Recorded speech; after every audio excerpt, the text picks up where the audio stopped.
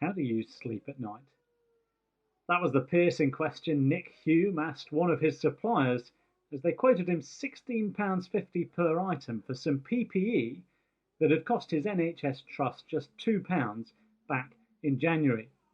The 825% markup left him asking, how can you possibly think that it's okay to make that sort of profit for your own self? How can you make those sort of profits at the expense of the public? The UK Consumer Watchdog received 120,000 complaints of profiteering in the month of March and April. The average markup was 130%, but it was 367% if the item was some hand wash. One hedge fund allegedly made a 4,144% return betting on a stock market collapse in March. What would Jesus say to those trying to make a profit out of the coronavirus pandemic? Or what about to those who continue to carry out horrific acts of violence while this pandemic continues? On the 12th of May, militants in Afghanistan attacked the maternity ward of a hospital. They also attacked the funeral cortege of a police chief. 56 were killed, 149 were injured. What would Jesus say to perpetrators of such outrage? Well, to find out, we're going to look at what happened on the day that he died. Luke, whose gospel account we're going to look at, sets the scene for us in Luke 23 and verse 32. Two others who were criminals were led away to be put to death with him. And when they came to the place that is called the Skull, there they crucified him and the criminals, one on his right, one on his left.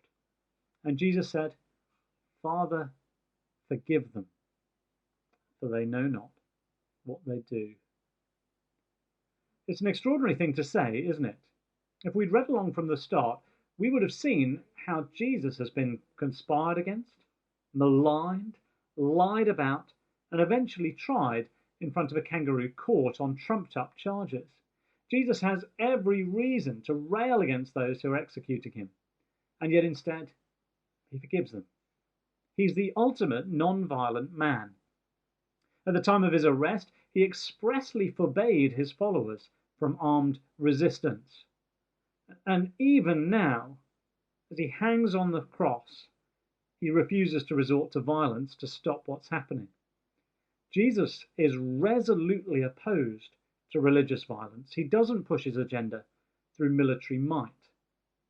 It's one of the things that makes it so galling when people purporting to follow him have done that throughout history and do it even today. And so from all of this, the first thing we must conclude that Jesus would say to a terrorist is stop. Stop the violence, stop the bloodshed. He'd say the same to the profiteer, stop. Listen to how he castigates the religious leaders of his day who took advantage of the vulnerable in their society. Beware of the scribes who like to walk around in log robes and like greetings in the marketplaces, and have the best seats in the synagogues and the places of honor at feasts, who devour widows' houses and for a pretense make long prayers. They will receive the greater condemnation. So far then, so uncontroversial. Jesus would say the same thing as you and I would say. But as we read on in Luke's account, we see a response to Jesus from one of the criminals hanging next to him. And it leads to Jesus saying something else.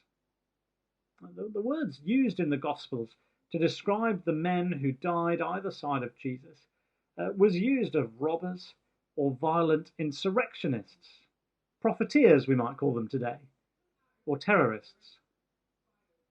One of the criminals hung next to Jesus insulted him. But look at how the other one reacts to him. But the other rebuked him, saying, Do you not fear God, since you are under the same sentence of condemnation? And we indeed justly, for we are receiving the due reward for our deeds, but this man has done nothing wrong. And he said, Jesus, remember me when you come into your kingdom. And he said to him, Truly, truly, I say to you, today you will be with me in paradise. This criminal recognizes who Jesus is, and he turns to him with a very simple request. Remember me when you come into your kingdom. He doesn't deserve to be remembered by Jesus. He knows that. He hasn't got a chance to make up for what he's done. He's about to die. All he can do is beg Jesus for help. And Jesus gives it to him. Today, you will be with me in paradise.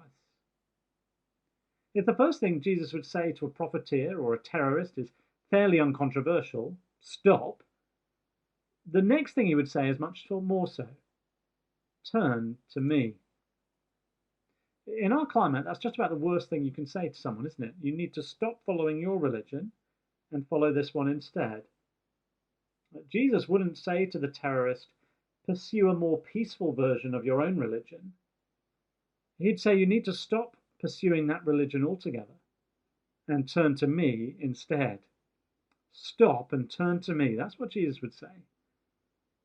And if they did that, turn to him, acknowledging their guilt and looking to him for mercy, just like the criminal on the cross did, Jesus would say one more thing. And I think it's probably the most controversial of the lot. Have forgiveness.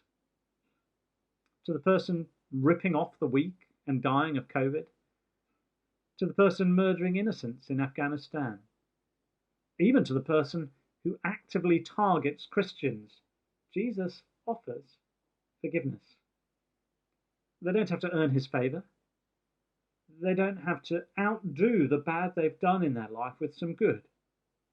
They just need to turn to Jesus and say, I deserve punishment, but remember me when you come into your kingdom. How can such a person be forgiven? Well, that's why the place where Jesus is, as he says this, is so important. He's hanging on a Roman cross. He doesn't deserve to be. He's committed no crime, but nevertheless he allows himself to be hung there. And he does that because this is how he saves people. He goes to the cross to die as a swap, so that the guilty people might not be condemned by God, but instead be forgiven. God cares about what happens in our world. There will be a judgment day. He will see justice done. Crimes will be punished by him. But in his mercy and love, before that day of reckoning comes, he offers out a means of rescue. He offers to bear the punishment himself in Jesus so that there might be forgiveness. That's how Jesus can offer forgiveness to this criminal. And that's why turning to Jesus is necessary, not just saying sorry in general, but saying sorry to Jesus and asking him to help, because he's the only one who can step in and take our punishment so that we don't have to. Stop, turn to me, have forgiveness. That's what Jesus would say to a coronavirus profiteer. It's what he'd say to a terrorist. But what would he say to you? And what would he say to me? It's one of the most humbling things about Christianity that the thing Jesus would say to the profiteer and to the terrorist is also the thing he would say to me. Stop. Turn to me. Have forgiveness. It's humbling because we need to hear that just as much as them. Their crimes make our stomachs turn, but actually all of us have done things that make our stomachs turn too.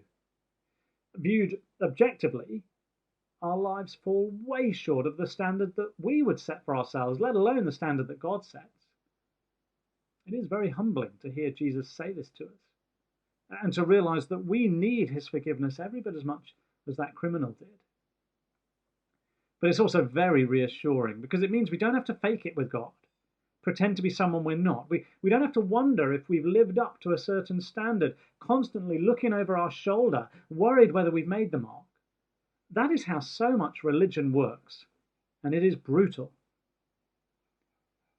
But if the starting point of your relationship with God is that you need his mercy, that you can't earn his favor, but that he gives it to you freely, forgiveness that comes free, but at great cost to him, if that's your starting point, then you are safe.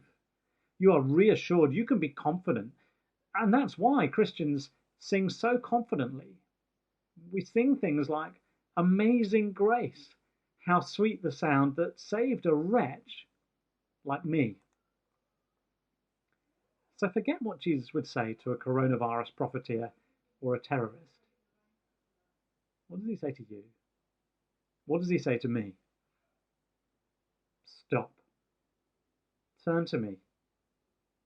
Have forgiveness.